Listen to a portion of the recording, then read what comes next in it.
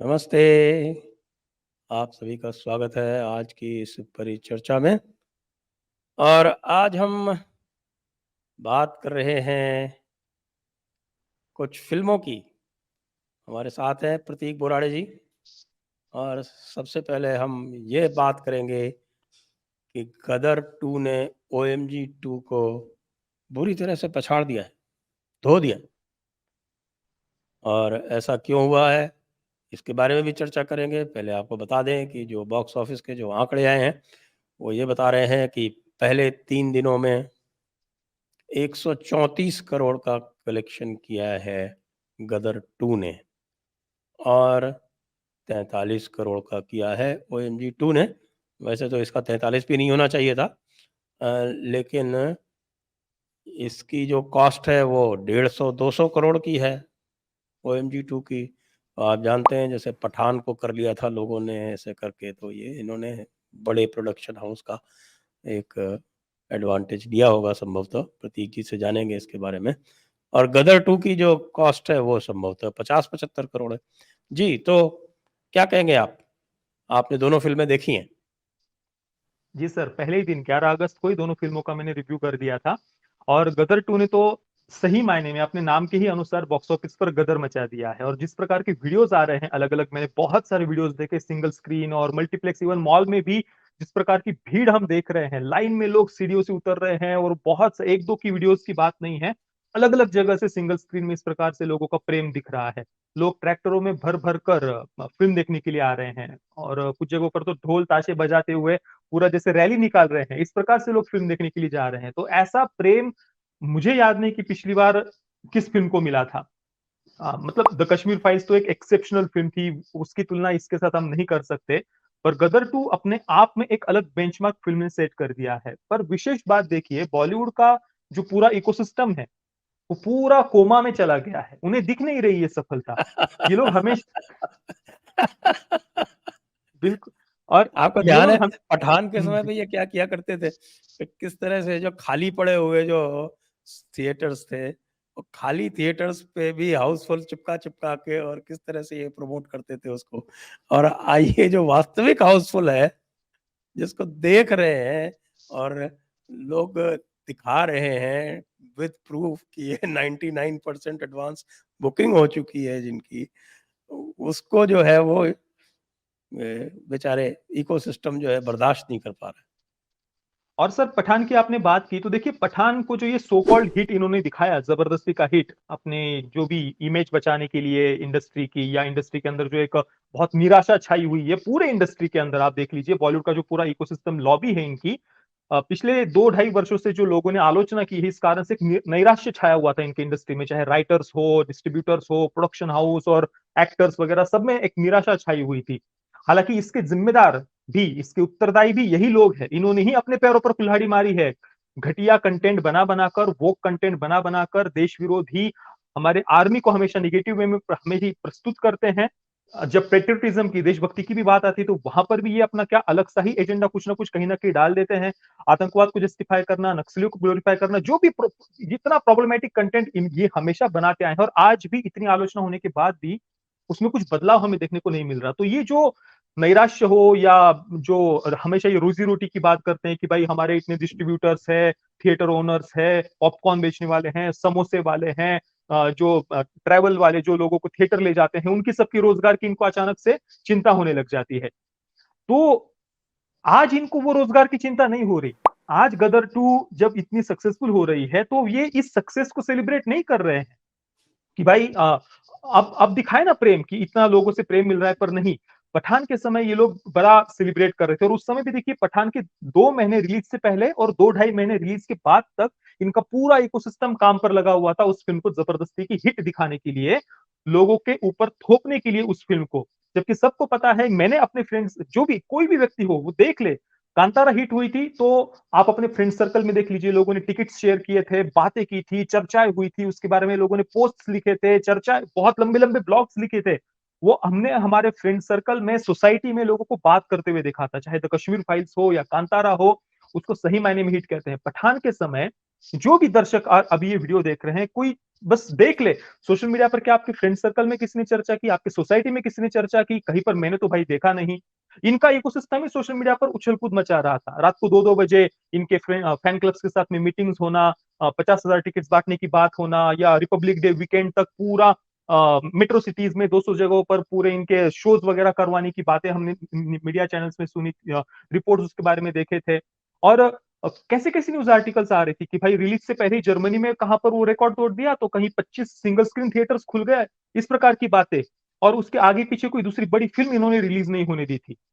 ये बड़े production houses की जो मोनोपोली है, जो आगे एक और फ़िल्म आने वाली थी, उसको भी पोस्टपोन करवा दिया था, आगे धकेल दिया था, और by one get one tickets के ऑफर्स वगैरह, इतना पूरा इकोसिस्टम लगा था कि कैसे भी करके इसको हम एक हिट दिखा दें। आज देखिए गदर 2, कोई इकोसिस्टम काम पर नहीं लगा है, कोई इसको प्रमोट नहीं कर रहा है। पूरे क्रिटिक्स जितने भी इनके इंडस्ट्री से जुड़े हुए हैं, सब ने नेगेटिव रिव्यूज दिए हैं, सब इसके पीछे पड़े हुए हैं। और सबने तो नहीं, अब तरुण आदर्श ने तो इसको 4.5 दिया है।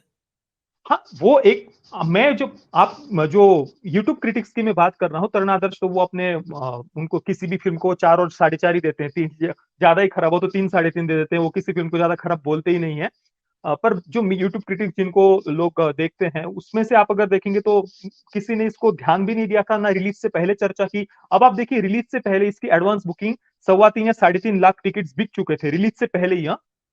अब इतनी बड़ी अचीवमेंट दूसरे किसी फ़िल्म ने ये नहीं किया, पर किसी ने इस पर वीडियो नहीं बनाया था यूट्यूब पर जितने क्रिटिक्स हैं। पठान के समय ये दिन में 2-2 3-3 वीडियोज़ बना रहे थे। इतनी एडवांस बुकिंग हो गई, ये हो गया, वो हो गया। तो ये मैं डिफरेंस कह रहा हूँ कि अभी इकोसिस्टम इसकी मदद नहीं कर रहा है, इसके बारे में बात नहीं कर रहा है। पठान तो इनको आज सबको अभी जब पेमेंट कर इतना, रहा था ना। हाँ, बिल्कुल वो पूरे पेड प्रमोशन था जितना मैंने तो देखा है। और आज जब 3 दिनों बाद इतना कलेक्शन फ़िल्म पठान ने ने तो किया है, 100-150 करोड़ रुपए पब्लिसिटी में खर्च किए हैं।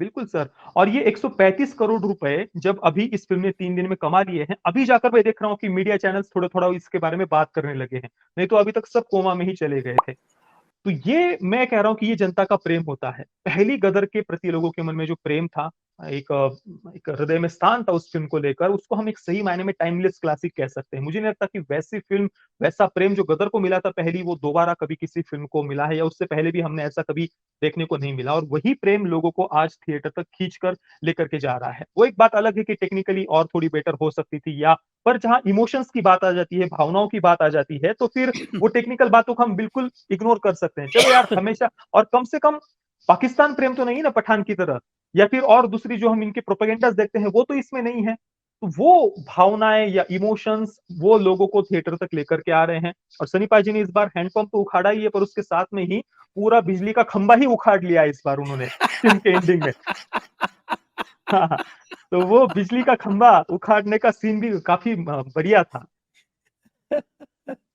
हाँ, सुनने में तो यही आ रहा है कि भाई जो है सनी पाजी की जो एक्टिंग है, वो गदर 1 से किसी भी तरह से हल्की नहीं है, और उससे उससे थोड़ा और ही लाउड ही कही जाएगी। बिल्कुल सर।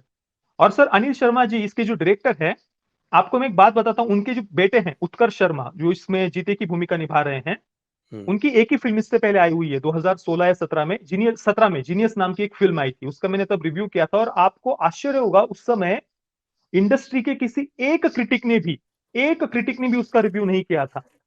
हालाँकि वो टेक्निकली वो फ़िल्म उतनी अच्छी नहीं थी, वो एक अलग बात है, पर भाई कम से कम आप उसको कुछ रिकॉग्निशन देते। उत्कर्ष शर्मा पहली फ़िल्म है, चलो भाई सेलिब्रेट करते, ये बड़ी नेपोटिज़्म की वगैरह स्टार किड्स की बात करते हैं, तो उत्कर्ष शर्मा भी तो इंडस्ट्री के ही है ना, इतने बड़े डायरेक्टर के बेटे हैं। किसी ने उनकी फ़िल्म का रिव्यू तक नहीं किया था। वो फ़िल्म कब आई, कब चली गई, एक आर्टिकल नहीं, कुछ नहीं, पूरा चिड़ी चुप थे सब लोग। और अभी इतने 5 वर्षों के बाद में उनकी दूसरी फ़िल्म आ रही है गदर 2, उत्कर्ष शर्मा इसके डायरेक्टर के बेटे। अभी भी मैंने कुछ इस इंडस्ट्री के क्रिटिक्स वगैरह की बातें सुनी। वो कह रहे हैं कि उत्कर्ष शर्मा को हम पर ये थोप रहे हैं, हमारे गले के नीचे ठूस रहे हैं ज़बरदस्ती। अरे भाई, जानवी कपूर हो, अर्जुन कपूर हो, जिन्हें ना एक्टिंग आती है ना कुछ, फिर भी ये इंडस्ट्री किस प्रकार से उनको फ़िल्मों पर फ़िल्में देती जाती है, अवसर पर अवसर देती जाती है। और उत्कर्ष शर्मा की दूसरी फ़िल्म में फिर भी ये इंडस्ट्री कैसे उनको दबाने का या बाजू हटाने का प्रयास कर रही है। और अभी भी ये अपनी इनकी जो लॉबी की एक्टर्स की अगली फ़िल्में जो आने वाले समय में आ रही है, उसको ही प्रमोट करने में ये इकोसिस्टम लगा हुआ है। जी। और जो गदर के प्रति जो सिंगल स्क्रीन पे जो देखने में आ रहा है। हेलो। हाँ जी, हाँ जी। सिंगल स्क्रीन में भी हम बिल्कुल वही प्रेम सर, मल्टीप्लेक्स पहले तो ये कहा जा रहा था कि केवल ये सिंगल स्क्रीन की फ़िल्म होगी, मल्टीप्लेक्स में शायद इस फ़िल्म को कोई देखेगा नहीं, इस प्रकार की बातें रिलीज़ से पहले इकोसिस्टम के द्वारा की जा रही थी। परंतु इस फ़िल्म ने जो भी लोग जो सोच रहे थे फ़िल्म के बारे में, उन सबके बातों को गलत सिद्ध कर दिया है। इस फ़िल्म ने सिंगल स्क्रीन में तो धमाका किया ही है। हम देख रहे हैं कि लोग ट्रैक्टर में भर-भर कर जा रहे हैं। पूरी भीड़ हम सिंगल स्क्रीन थिएटर्स के बाहर देख सकते हैं। वो सही मायने में जो लोगों का प्रेम है, वो इस फ़िल्म को मिल रहा है और केवल सिंगल स्क्रीन थिएटर्स ही नहीं, तो मल्टीप्लेक्स में भी ये फ़िल्म उसी प्रकार का गदर मचा रही है और लोग बिना कुछ एक मसाला एंटरटेनर हम जिसको कह सकते हैं, वो बहुत लंबे समय के बाद में बॉलीवुड से आई है। नहीं तो हमेशा मसाला एंटरटेनर्स के नाम पर भी इनकी प्रोपेगेंडा फ़िल्में ही हम देखते आते हैं। जैसे कि पठान का हम उदाहरण दे सकते हैं या इनकी कभी बहुत ही वाहियात विचित्र से ऐसी फ़िल्में आ जाती है या रीमेक पर रीमेक ही हम देखते हैं। ज़्यादातर जो रीमेक दक्षिण भारत की फ़िल्मों के या कुछ हॉलीवुड की फ़िल्मों के रीमेक ये मसाला फ़िल्मों के नाम पर बनाते हैं और उन रीमेक में भी फ़िल्म की जो मूल भावना है या जो एक भारतीय टच होता है, उसको ये हटाकर पूरा वेस्टर्नाइज़ करके ही रीमेक करते हैं। तो वो रीमेक या इनके प्रोपेगेंडाज़ उससे लोग ऊब चुके थे और इसी कारण से इस फ़िल्म को इतना प्रेम मिल रहा है। तो ये गदर की जो कहानी है, इसके बारे में क्या कहेंगे आप? सर गदर शुरुआत जब जहाँ से होती है, पहले बेस उन्होंने क्रिएट किया है कि ये जो तारा सिंह और उनका परिवार है, सकीना, तारा सिंह, जीते, इनके परिवार में अभी क्या हो रहा है। तो तारा सिंह अभी उनकी जो भी ट्रांसपोर्ट ट्रक व ड्राइवर्स की जो यूनियन है, उसके लीडर उनको दिखाया है अभी वो और भारतीय सेना में उनका काफ़ी दबदबा है, उनको काफ़ी मतलब दबदबा मतलब सम्मान उनको मिलता है भारतीय सेना की तरफ से। और काफ़ी हँसता-खेलता परिवार है, बेटा एक्टर बनना चाहता है, फुहड़ता दिखाई है पढ़ाई में ध्यान नहीं है, इस प्रकार से जीते को दिखाया है। और इसके बाद में कुछ कारणवश वो कैसे है दर्शक फ़िल्म में ही देखे, स्पॉइलर मैं नहीं दे रहा, पर जीते चला जाता है पाकिस्तान। और उसके बाद में फिर उसे छुड़ाने उसके वहाँ वो पकड़ा जाता है, वो ट्रेलर में ही सबने देखा है और उसके बाद में फिर सनी पाजी अपने बेटे को तारा सिंह अपने बेटे को वापस लाने के लिए पाकिस्तान जाते हैं। और वहाँ जाने के बाद में काफ़ी सारे ऐसे आइकॉनिक सीन्स हैं, जैसे कि जब वो पाकिस्तान में उतरते ही है बस से, तो वहाँ पर क्रश इंडिया मूवमेंट के पूरे पोस्टर्स, बैनर्स वगैरह लेकर के भीड़ हाँ, वो तो भारत ट्रेलर विरोधी में भी नारे था, क्रश हाँ, इंडिया ये तो तो चलाया भी था, क्रश जी। India movement. तो भारत विरोधी नारे लगाती हुई जा रही है, सनी पाजी जैसे ही देखते हैं तो एक व्यक्ति उस उनसे आकर टकराता है, उसके हाथ में क्रश इंडिया पोस्टर था। वो ऐसा झापड़ उसको लगाते हैं, तुरंत वो नीचे गिर जाता है। तो ऐसे कुछ बढ़िया सीन्स हालाँकि अ, बहुत सारे कुछ ट्विस्ट और टर्न्स नहीं हैं, सिंपल सी ही कहानी है, वो बस अपने बेटे को वापस लाने के लिए जा रहे हैं। परंतु एक मसाला एक्शन फ़िल्म की दृष्टि से बिल्कुल आपको फ़िल्म शुरुआत से अंत तक बाँध कर रखती है और ज़्यादा कुछ एक्सपेक्टेशंस रखे बगैर अगर आप फ़िल्म देखते हैं तो अवश्य फ़िल्म पसंद आएगी। बस फ़िल्म और बेटर हो सकती थी थोड़ी-सी इतना मैं अवश्य कहूँगा। जी हाँ, वो तो हम कह सकते हैं लगभग हर फ़िल्म में कुछ न कुछ स्कोप रहता ही है उसके और बेहतर होने का। अच्छा, पिछली बार जो द गदर 1 जो हिट हुई थी, उसमें उसका जो संगीत था, उसके जो गाने थे, उनका बड़ा अहम किरदार था। जी सर और इस बार भी उन्होंने उन्हीं गानों को रिक्रिएट किया है। नया गाना केवल एक ही हमें फ़िल्म में सुनाई देता है जहाँ पर जीते और जीते की प्रेम कहानी पाकिस्तान में दिखाई है, एक पाकिस्तानी लड़की के ही साथ में। वो प्रेम कहानी वाला पार्ट भी इंटरेस्टिंग था, वो मैं बताना भूल गया। तो वो एक पार्ट भी मुझे इंटरेस्टिंग लगा। और वहाँ पर एक जो सॉन्ग है वो यादगार रहे ऐसा तो नहीं है मतलब हम गुनगुनाएँ जैसे कि पहली गदर के जो सॉन्ग्स थे, वैसा गुनगुनाने जैसा या याद रखने जैसा तो नहीं था। पर फिर भी वो एक अच्छा सॉन्ग था, बाकी जो पुराने सॉन्ग है पिछली फ़िल्म के उनको ही यहाँ पर उन्होंने रिक्रिएट किया है, जो सुनने में हमें बिल्कुल अच्छा लगता है थिएटर में जब हम बड़ी स्क्रीन पर फिर से उनको रिक्रिएट होते हुए फ़िल्म में देखते हैं।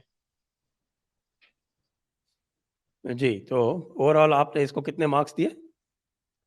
मैंने सर 6.5 आउट ऑफ 10 स्टार्स दिए थे, पर वो एक टेक्निकल पॉइंट ऑफ व्यू से जहाँ पर भावनाओं की बात आती तो अवश्य ही रेटिंग उससे ऊपर ही जाएगी। इमोशंस की भावनाओं की जहाँ पर बात आती है। जी, जी, जी। और साथ में ये जो दूसरी फ़िल्म चल रही है ओएमजी 2, जी। इसके बारे में क्या कहेंगे आप? सर मैं पिछले जब से OMG 2 सुबह तो मैंने गदर 2 देखी थी, सुबह-सुबह 7 बजे का एकदम सुबह का शो था मेरा फर्स्ट डे फर्स्ट शो और उसके बाद दोपहर को जब से मैंने OMG 2 देखी है, तब से अभी तक मैं अंदर से ऐसे क्या कहूँ इतना आहत हूँ, पीड़ा में हूँ, अंदर से जल रहा हूँ मैं लिटरली सर मैं बिल्कुल भी अतिशयोक्ति नहीं कर रहा कि फ़िल्म ने कितना ज़्यादा परेशान किया है। सबसे दुःख की बात तो ये है कि फ्राइड के मनोविज्ञान, पश्चिमी मनोविज्ञान पर आधारित जो सेक्स एजुकेशन है, जिसके अनुसार मैथुन से या वीर्यनाश से कोई दुष्परिणाम नहीं होते, ये तो बहुत हेल्दी होता है सामान्य और स्वस्थ प्रक्रिया है, हस्तमैथुन से कोई हानि नहीं होती। ये जो एक फ्राइड का मनोविज्ञान है, पश्चिमी मनोविज्ञान जो बातें कहता है और इसी के आधार पर हम देखते हैं कि आज यूट्यूब पर भी कोई अगर देखे, तो बहुत सारे ऐसे सेक्सोलॉजिस्ट्स मिल जाते हैं, जो बच्चों को यही सलाह देते हैं, उनके कई सारे वीडियोज़ मिल जाएँगे कि भाई हस्तमैथुन तो बहुत ना सामान्य चीज़ है, इससे तो स्ट्रेस दूर होता है, ये तो बहुत हेल्दी होता है। और ओह माय गॉड 2 वही मैसेज फ़िल्म के एंडिंग में उसी कंक्लूजन पर पहुँचती है, वही बच्चों को बताती भी है कि भाई हस्तमैथुन तो बहुत सा मैं एग्ज़ैक्टली वही मैं डायलॉग्स बोल रहा हूँ, मैं कुछ अलग से भी नहीं बोल रहा कि हस्तमैथुन बहुत सामान्य और स्वस्थ प्रक्रिया है, इससे कोई हानि नहीं होती। और फ़िल्म के एंडिंग में जो बच्चे हैं, उनको ऐसी हज़ारों की भीड़ दिखाई है कोर्ट के सामने और बच्चे सामने निकल कर आ रहे हैं हज़ारों की भीड़ में और ज़ोर-ज़ोर से बोल रहे हैं कि हाँ, मैं मास्टरबेट करता हूँ। हाँ, मैं हस्तमैथुन करता हूँ और इसमें कुछ गलत नहीं है। तो बच्चों को प्राउड करने के लिए कहती है हस्तमैथुन पर और जो एक बेसिक सा जो पश्चिमी मनोविज्ञान पर आधारित सेक्स एजुकेशन है, उसकी ये मूल भावना ही यही है।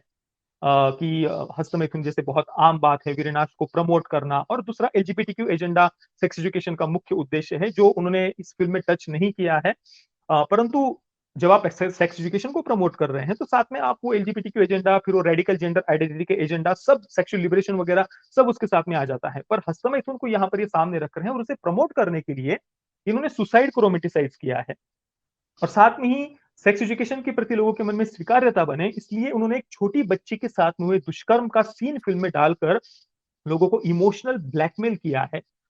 इस इतने घिनौने सेक्स एजुकेशन के एजेंडा को प्रमोट करने के लिए और चलिए, आप सुसाइड को रोमांटिसाइज़ करिए, जो भी आप प्रमोट करना चाहते हैं करिए, पर आप हमारे महादेव सांब सदाशिव, हमारे चंद्रशेखर महादेव भगवान शिव जी, जिन्होंने काम विकार को भस्म किया, अपना ज्ञान का तीसरा नेत्र खोलकर और उसके माध्यम से हमें उन्होंने संदेश दिया कि हम अपने ज्ञान के द्वारा इंद्रियों को, मन को वश में करें, काम विकार को दग्ध करें। उनका आधार लेकर आप क्या प्रमोट कर रहे हैं कि हस्तमैथुन बहुत सामान्य और स्वस्थ प्रक्रिया है, इससे कोई हानि नहीं होती और बच्चों को प्राउड करने के लिए कह रहे हैं। जबकि आज हम देखते हैं सर कि बहुत सारे बच्चे पॉर्न एडिक्शन, उसके दुष्परिणाम, किस हद प्रकार से वे इसमें गिरते जा रहे हैं, उसके कितने नुकसान हो रहे हैं। और आज जब इंटरनेट लगभग फ्री हो गया है, एक टच पर पॉर्न साइट्स खुल जाती है, भले ही भारत सरकार ने बैन किया है, पर फिर भी आज भी पॉर्न साइट्स खुल रही है या VPN के द्वारा लोग यूज़ कर रहे हैं। तो एक टच पर जब आज लड़कों बच्चों के सामने ये सारी बातें हो, तो उनको और उन बातों के प्रति प्रमोट करना, केवल प्रमोट नहीं तो आप ग्लोरीफाई कर रहे हैं हस्तमैथुन को। मतलब आप उनको और ज़्यादा गड्ढे गड्ढे में ढकेल रहे हैं। अगर किसी बात के प्रति हमें अंदर पता हो कि भाई ये गलत है, तो हम बचने का प्रयास करते हैं, गिरने के बाद उठने का प्रयास करते हैं। परंतु जब आप उसको सही ठहरा देते हैं उन बच्चों के सामने कि भाई ये सही है और करो, इससे कोई हानि नहीं है, ये स्वस्थ प्रक्रिया है, हेल्दी है, तो आप तो उसको और करने के लिए प्रवृत्त करें, वो कभी गिरने के बाद उठने का तक प्रयास नहीं करेगा। और ये बिल्कुल सही बात है कि युवावस्था में सभी हस्तमैथुन की गलत आदत में पड़ जाते हैं। पर जब हमें अंदर से पता हो कि भाई ये गलत है, तो हम कम से कम बचने का या गिरने के बाद फिर से उठने का प्रयास करते हैं। पर ये फ़िल्म तो उसको नॉर्मलाइज़ करती है, प्रमोट करती है और वो भी धर्म का, संस्कृति का, शिव जी का आधार लेकर। और सबसे दुःख की बात ये है कि ये पूरी फ़िल्म में संस्कृति, संस्कृति, संस्कृति कर रहे हैं लोगों को बेवकूफ़ बनाने के लिए, पर एक सिंगल श्लोक भी पूरी फ़िल्म में ये नहीं बता पाए। एक सिंगल श्लोक भी क्योंकि बता ही नहीं सकते। चाहे आयुर्वेद के शास्त्र हो, वेद हो, उपनिषद हो, रामायण हो, महाभारत हो, किसी भी हिंदू संस्कृति से जुड़े हुए शास्त्र को अगर ले लें, तो वो जिस एजेंडा को प्रमोट कर रहे हैं, फ्राइड के मनोविज्ञान पर आधारित सेक्स एजुकेशन को, उसको उस मानसिकता को प्रमोट करने वाला एक सिंगल श्लोक भी शास्त्रों में नहीं मिलेगा। और शिव जी की ये आधार ले रहे हैं वीर्यनाश को प्रमोट करने के लिए, हस्तमैथुन को प्रमोट करने के लिए। देखिए शिव जी क्या कहते हैं इस बारे में, शिव संहिता में शिव जी कहते हैं, सिद्ध बिंदो महादेवी किम न सिद्ध्यंति भूतले यस्य प्रसादान महिमा ममाप्य तादृशो भवेत। शिव जी कहते हैं, हे पार्वती, बिंदु अर्थात वीर्य रक्षण सिद्ध होने के बाद ऐसी कौन सी सिद्धि है जो साधक को प्राप्त नहीं होती? इस ब्रह्मचर्य के प्रताप से ही मेरी ऐसी महिमा हुई है। शिव जी और क्या कहते हैं देखिए, न तपस्तप इत्याहुर ब्रह्मचर्यम तपोत्तमम ऊर्ध्वरेता भवेद्यस्तु स देवो न तु मानुषः। ब्रह्मचर्य ही उत्कृष्ट तप है, इससे बढ़कर तपश्चर्या तीनों लोकों में दूसरी नहीं हो सकती। ऊर्ध्वरेता पुरुष इस लोक में मनुष्य रूप में प्रत्यक्ष देवता ही है। तो शिव जी तो वीर रक्षा की महिमा बताते हैं, ब्रह्मचर्य की महिमा बताते हैं, और ये उनको आधार बनाकर आप बच्चों को वीरनाश करना सिखा रहे हैं। केवल सिखाई नहीं, उसको ग्लोरीफाई कर रहे हैं, प्रमोट कर रहे हैं। और सर इतना इस प्रकार से उन्होंने इमोशनल ब्लैकमेल किया है कि कोई ट्रेडिशनल फैमिली से भी अगर कोई ये फिल्म देखने के लिए जाता है तो वो भी भावुक हो जाएगा, उनको भी लगेगा कि हाँ यार ये तो बिल्कुल अच्छी बात, सही बात प्रमोट कर रहे हैं। इस प्रकार से ये प्रोपेगेंडा फैला रहे हैं। और इन्होंने अपने आर्ग्यूमेंट्स कोर्ट में देने के नाम पर पंकज त्रिपाठी का जो कैरेक्टर है वो पूरी फिल्म में बस कामासूत्र खजुराहो, कामासूत्र खजुराहो, ये दो बातें बस वो पूरी फिल्म में कह रहा है। इसके अलावा कोई शास्त्रों का संदर्भ भी नहीं दे पाए। इसके अलावा पंचतंत्र की जो काल्पनिक कहानियां हैं हमें नैतिक शिक्षा देने के लिए, उसकी पहली कहानी की 2-3 शुरुआत की लाइन उन्होंने पढ़कर बताई है, जिसमें एक विद्यार्थी अपने पिता से कहता है, बालक, कि पिताश्री मैं अभी विद्याध्ययन के लिए जा रहा हूँ गुरुकुल में, वहां पर अलग-अलग जो विषय होते हैं वो बताता है, उसमें काम शास्त्र भी आता है।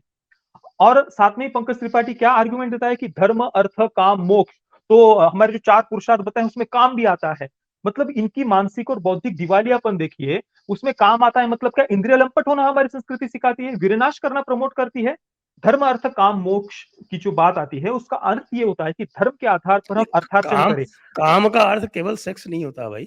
हाँ, वही तो सर, धर्म के आधार पर सही, गलत, योग्य, अयोग्य का निर्णय करके हम अर्थार्जन करें। धर्म के आधार पर हम कामनाओं को नियंत्रित करें। उसमें फिर चाहे मैथुन हो, संभोग हो या अन्य जो कामनाएं हैं, उनको हम नियंत्रित करें धर्म के आधार पर और मोक्ष के मार्ग पर आगे बढ़े। ये होता है सही अर्थ धर्म, अर्थ, काम, मोक्ष का। पर इनको तो बस काम शब्द आ गया, पूरी फिल्म में काम, काम, काम, काम कर रहे हैं। अरे भाई उसका मीनिंग क्या है? उसके पीछे, उसके कहने के पीछे का मीनिंग क्या, वो तो समझो। पर ये अपना एजेंडा प्रमोट कर रहे थे। और ये जो कहते हैं कि भाई गुरुकुलों में काम शास्त्र पढ़ाया जाता था, भाई कोई किसी भी हिंदू को पूछ लीजिए जिसे थोड़ा भी शास्त्रों का ज्ञान हो, जो हिंदू नहीं हो वो भी बता देगा कि भारतीय संस्कृति में गुरुकुल जीवन को ब्रह्मचर्याश्रम कहा जाता था। विद्यार्थी के लिए सबसे पहला नियम ही ब्रह्मचर्य बताया गया है। विद्यार्थी काल का दूसरा नाम ही ब्रह्मचर्य कहा गया है। और इससे जुड़े हुए कई सारे श्लोक, मैंने तो 50 श्लोक मेरे ओ माय गॉड 2 मूवी के रिव्यू में बताए हैं, 50 श्लोक। ये लोग तो एक श्लोक नहीं बता पाए हैं। तो जहां पर जिस संस्कृति में वीर रक्षा की, ब्रह्मचर्य की महिमा बताई गई है, विद्यार्थी काल को ब्रह्मचर्याश्रम कहा गया है, उसको आप अपने एजेंडा को प्रमोट करने के लिए कह रहे हैं। और पंकज त्रिपाठी का कैरेक्टर और क्या आर्गुमेंट देता है कि देखो देखो हमारे संस्कृति में लिंग, योनि, नितंभ, वक्षस्थल ऐसे शब्द आते हैं। अरे भाई वो किस कॉन्टेक्स्ट में आए हैं, उस किस कारण से वो आए हैं, किस परिप्रेक्ष्य में आए हैं। लिंग, योनि, नितंब, वक्षस्थल शब्द आए हैं, इसका अर्थ क्या फिर वासनांध बन जाओ, इंद्रिय लंपट बन जाओ, हस्तमैथुन करो, ये अर्थ होता है। वो कामनाओं को नियंत्रित करने के लिए, वीर रक्षा की महिमा बताने के लिए आए हैं। जैसे कि आयुर्वेद की इन्होंने चरक संहिता भी कोर्ट में दिखाई है ऐसे हाथ करके कि देखो चरक संहिता में कहां पर हस्तमैथुन को, वीरनाश को उन्होंने सही ठहराया है। उसमें तो कई जगहों पर ब्रह्मचर्य की महिमा गाई है। आयुर्वेद के सभी शास्त्रों में ब्रह्मचर्य की महिमा गाई है। चरक ऋषि की अगर मैं श्लोक बताऊं तो कई सारे अलग अलग श्लोक हैं, जैसे कि सत्तामुपासनम सम्यक सदाम परिवर्जनम ब्रह्मचर्योपवासश्च नियमाश्च पृथक विदो। इसका अर्थ होता है सज्जनों की सेवा, दुर्जनों का त्याग, ब्रह्मचर्य, उपवास, धर्मशास्त्र के नियमों का ज्ञान और अभ्यास आत्म कल्याण का मार्ग है। और सातवीं चरक ऋषि कहते हैं कि ब्रह्मचर्य केवल सांसारिक सुख का ही साधन नहीं तो मोक्ष का भी दाता है। एक और श्लोक है, त्रय उपास्तंभा आहार स्वप्नो ब्रह्मचर्यम च सति, यानी आहार, निद्रा और ब्रह्मचर्य, ये शरीर के 3 उपस्तंभ है। इतना महत्व ब्रह्मचर्य का है। और आयुर्वेदाचार्य, हम आयुर्वेद के जितने भी आचार्य है, चाहे वाग्भट हो, सुश्रुत जी हो, पतंजलि योग अगर आप पढ़ेंगे, अष्टांग योग उसके अंदर जो आने वाला पढ़ेंगे, तो सब जगह पर ब्रह्मचर्य की महिमा है, सब जगह पर। और ये बस कोर्ट में चरक संहिता दिखा रहे हैं, इनको लगेगा कि भाई लोगों को क्या पता, हमने चरक संहिता दिखा दी तो लोगों को लग जाएगा कि हाँ भाई ये भी हमारी संस्कृति तो वो इंद्रिय लंपट होना ही सिखा रही है। अरे आप कोई श्लोक तो बता देते ना, आप अपनी एजेंडा को प्रमोट कर रहे हैं तो। सर बहुत ज्यादा प्रॉब्लमेटिक ये फिल्म है। और चलो इनको जो प्रमोट करना था, ये हमारी संस्कृति का आधार लेकर किस प्रकार से लोगों को ये भ्रमित कर सकते हैं। इसमें तो इनको जो बेसिक्स हैं वही इन्होंने पूरे तरह से डिस्टॉर्ट कर दिए। जैसे ये जब बात करते हैं कि खजुराहो में बाहर जो है वो मूर्तियां बनी हैं, हम मंदिर जो बनाए जाते थे, वो मंदिरों का सारा विज्ञान जो है वो आपको स्थूल से सूक्ष्म की ओर ले जाने का विज्ञान है। तो स्थूल में जब आप मंदिर में जो आप देखते हैं वो आउटर रियलिटी देखते हैं, तो जो मंदिर के बाहर जो आप देखेंगे उसमें आपको इस तरह की मूर्तियाँ खजुराहो में भी दिखेंगी, अन्य स्थानों पर भी दिखेंगी। और बहुत सारे जो हैं उद्यम, उद्योग, आप यदि दक्षिण में देखें तो कई प्रकार के उद्यम, उद्योग सब उसमें, और सब ये काम का पात्र प क क क काम के डेफिनिशन अंदर में आते आते हैं। हैं, हाँ परिभाषा जी। में आते हैं। यानी आप यदि कोई मकान भी बना रहे हैं, तो वो भी काम के ही परिभाषा में आता है। यदि आप कोई उद्यम सांसारिक करके कामनाएँ, उससे सांसारिक जीविकोपार्जन कामनाएँ कर जो रहे हैं, भी। तो वो भी काम की परिभाषा में आता है। तो आपको मंदिरों में बाहर पूरे जो काम के सारे प्रतीक हैं, जिसमें मैथुन भी एक है, वो आपको दिखाई पड़ेंगे। लेकिन जैसे-जैसे आप अंदर जाएँगे, जैसे-जैसे आप गर्भगृह की ओर बढ़ेंगे, आप देखेंगे कि परिवर्तन होता जाता है। जी। क्योंकि आपको ऊर्ध्वगामी होना है। आपको स्थूल से सूक्ष्म की ओर जाना है। यह है मंदिर का विज्ञान। अब इन मूर्खों को ये भी पता नहीं है बिल्कुल। आप ये देखिए कि ब मंदिरों में ये खाली जो है वो बाहर से अंदर की ओर भी नहीं है केवल। आप मंदिरों में देखेंगे कि जब सबसे नीचे जो दिखाया जाता है, वहाँ पर आपको पशु दिखाए जाते हैं। क्यों? क्योंकि बच्चे जो हैं वो बच्चों की आँखों के स्तर पर वो पशुओं का वर्णन होता है, क्योंकि बच्चे जो हैं वो पशुओं से एक बिल्कुल जिसको कहते हैं उनका एक लगाव होता है। तो नीचे के स्तर पर पशु दिखाए जाएँगे और ऊपर चलेंगे तो आपको कुछ है वो किशोरावस्था के कुछ दिखाए जाएँगे। फिर आप यदि कि बात कर रहे हैं कि बाहर दिखाया गया है, किस स्तर पर दिखाया गया है, ये भी देखने की आवश्यकता है। और फिर जैसे-जैसे आप ऊपर की तरफ देखेंगे, ऊपर की ओर देखेंगे, तब वह आपको वहाँ पर पुराणों की कथाएँ दिखाई, ये इस प्रकार से ये मंदिर विज्ञान है। जी। और सर इनको बस कामसूत्र और खजुराहो की ये बात कर रहे हैं। हमारे 4 वेद, 108 उपनिषद, 18 स्मृतियाँ, 18 पुराण, षट दर्शन के षट शास्त्र, अलग-अलग संहिताएँ, इतनी सारी शिव गीता, गुरु गीता, अष्टावक्र गीता, श्रीमद् भगवत गीता, इतनी सारी अलग-अलग प्रकार की गीताएँ हैं। उसके साथ में रामायण और महाभारत है। हर जगह पर ब्रह्मचर्य की महिमा गाई है, सब जगह पर। वो इनको नहीं दिखेगा। और एक कामसूत्र को लेकर जो हमारे जीवन का एक अंग है, उस आधार पर लिखा गया है और वहाँ पर भी ना, धर्म ना, के ना, आधार एक पर बात हम आप कामनाओं को। कामसूत्र के ऊपर मैं आपको बताऊँ, कामसूत्र के ऊपर प्रोफ़ेसर भरत गुप्त से मेरी चर्चा है जयपुर डायलॉग्स पर, जी। पूरा कामसूत्र के ऊपर एक वीडियो पड़ा हुआ है, उसको देखें। कामसूत्र में मैथुन जो है, उसका एक बहुत छोटा-सा भाग है। जी सर, वही तो ये धर्म काम के नहीं आधार बता रहे पर। हैं, ये केवल मैथुन बता रहे हैं। बिल्कुल सर। और वहाँ पर भी सबसे बेसिक धर्म है कि धर्म के आधार पर हम सांसारिक कर्तव्यों को पार करें, हमारी कामनाओं को नियंत्रित करें, ये उसका मूल आपको हर जगह पर देखने को मिलेगा। परंतु ये किस प्रकार से लोगों को मैनिपुलेट कर रहे हैं, आयुर्वेदाचार्यों ने सब जगह पर। और एक और मैं आपको बताना चाहूँगा सर कि ये जो सेक्स एजुकेशन को प्रमोट करने के लिए उन्होंने एक छोटी बच्ची के साथ होते हुए दुष्कर्म को दिखाया है और ये कहा है कि भाई good touch, bad touch sex education में सिखाते हैं। जबकि सबको पता है कि भाई सेक्स एजुकेशन फ्राइड के मनोविज्ञान पर आधारित है, जो वीरनाश को प्रमोट करता है। फार्मा इंडस्ट्री का बिलियन डॉलर्स की जो इंडस्ट्री है, उसमें फिर सप्लीमेंट्स हो या ये आजकल जो आईवीएफ वगैरह के द्वारा बच्चे को जो संतानोत्पत्ति के लिए बहुत सारा एक पूरा अलग से बिलियन डॉलर्स की इंडस्ट्री इन्होंने बनाकर रखी है।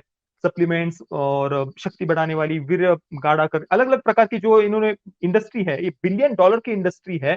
सेक्स टॉयज की अलग-अलग कंपनीज है। ये लोग आने वाली जनरेशंस को कमजोर करना चाहते हैं और इस यही बेसिक आधार है वेस्टर्न साइकोलॉजी का भी। और इसके लिए ये क्या कर रहे हैं कि एक छोटी बच्ची के साथ उन्हें दुष्कर्म को दिखा रहे हैं। एक सीन में कोर्ट में एक वैश्या को बुलाते हैं, ओ माय गॉड 2 में। और उस वैश्या से पंकज त्रिपाठी का कैरेक्टर पूछता है कि आपके पास में तो अलग-अलग यजमान शब्द उन्होंने उपयोग किया है, अलग-अलग लोग आते हैं और वो बस मजे के लिए आते हैं। आपकी भावनाओं को, आपके मन को वो नहीं समझते होंगे। तो वैश्या भी कहती है कि हाँ, वो मेरी भावनाओं को, मेरे मन को क्या समझेंगे? बस ऐसे ही सब मजे लेने के लिए आते हैं। तो पंकज त्रिपाठी कहते हैं कि आप नहीं चाहेंगे कि लोग आपकी भावनाओं को, स्त्री की भावना को, स्त्री के मन को समझे।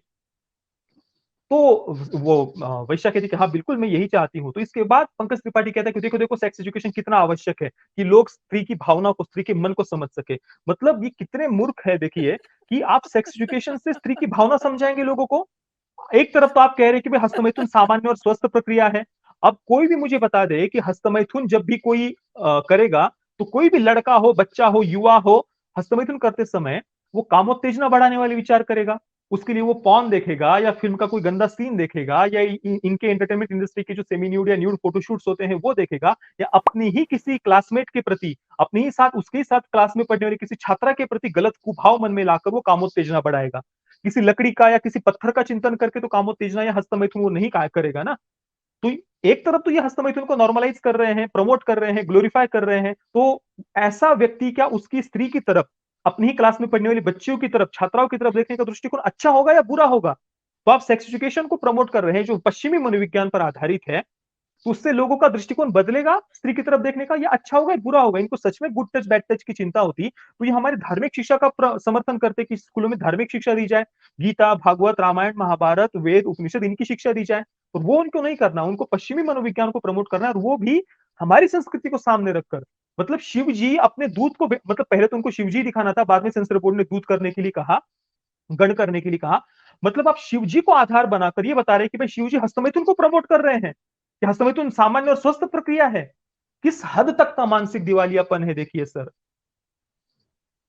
जी, जी, जी, बिल्कुल। अत्यंत दुर्भाग्यपूर्ण है ये, और मुझे लगता है कि अ, अच्छा ही हुआ कि गदर 2 के साथ रिलीज़ हुई, तो फ़ेल होगी, क्योंकि अभी तो उसको फर्स्ट मंडे टेस्ट से गुज़रना है, और जो भी संकेत हैं उससे गदर 2 तो अब एक अपने अलग ही स्थान उसने प्राप्त कर लिया है।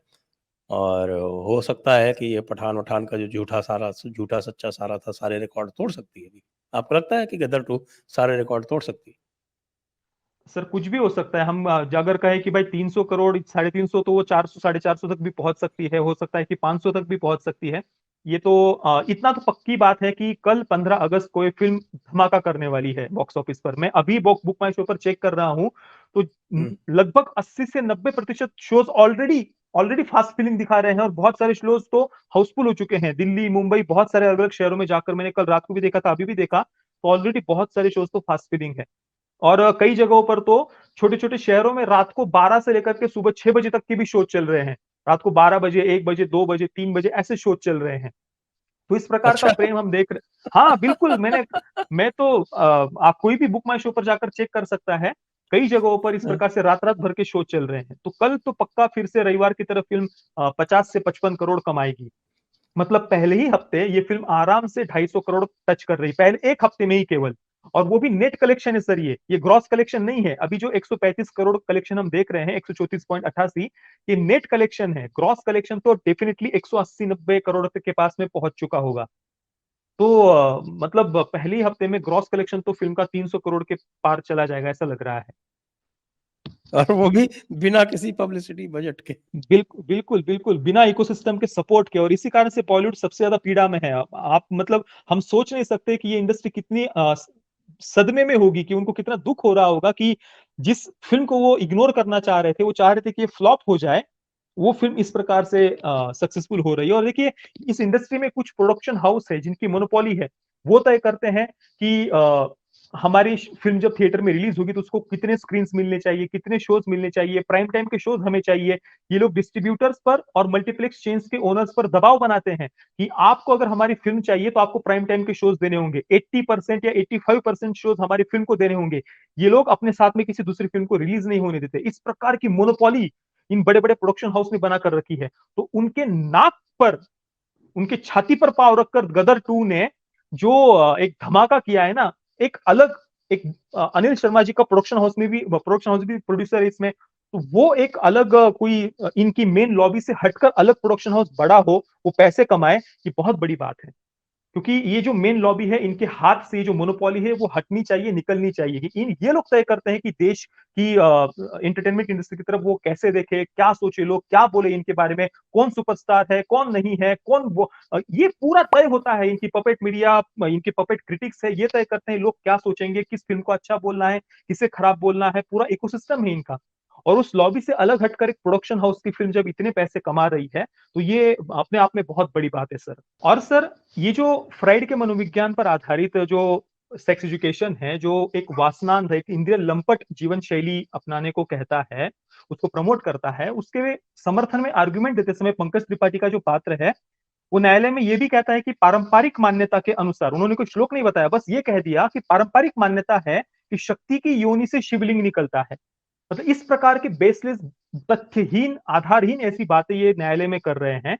और शिवलिंग को हम शिवपिंड भी कहते हैं, और सबने सुना हो कि यथा पिंडे तथा ब्रह्मांडे। तो जो सच्चिदानंद परब्रह्म परमात्मा है, ये आत्म शिव है जो इस पूरे ब्रह्मांड में व्याप्त है, उनके एक प्रतीक के रूप में हम शिवपिंड को, शिवलिंग को जी, कहते हैं और शिव का स्वरूप मैं उसे आपको मानते बताता हैं। हूँ। इसका जी, तो जी सर। जो लिंग का अर्थ है वो वैशेषिक सूत्र में बता देता हूँ आपको। 2.1.8 और 2.1.8 में सीधे-सीधे लिखा हुआ है कि ये लिंग का अर्थ जो है वो एक प्रतीक होता है।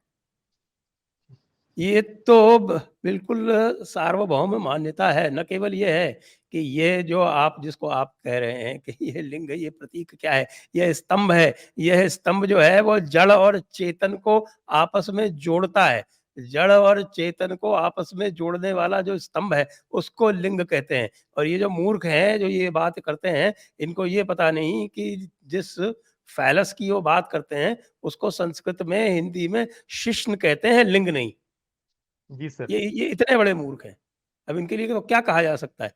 ये तो वही वाली और बात हुई कि मूर्ख हृदय न चेत, चह गुरु मिलहि बिरंच सम। साधुवाद कहेंगे अनिल शर्मा को और सनी देओल जी को।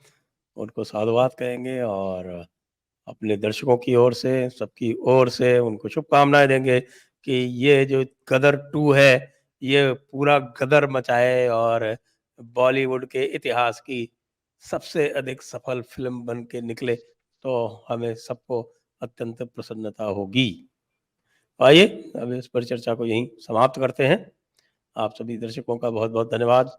प्रतीक जी, आपका भी बहुत-बहुत धन्यवाद। जय धन्यवाद सर, हिंद, जय बहुत बहुत भारत, धन्यवाद। वंदे मातरम। वंदे मातरम।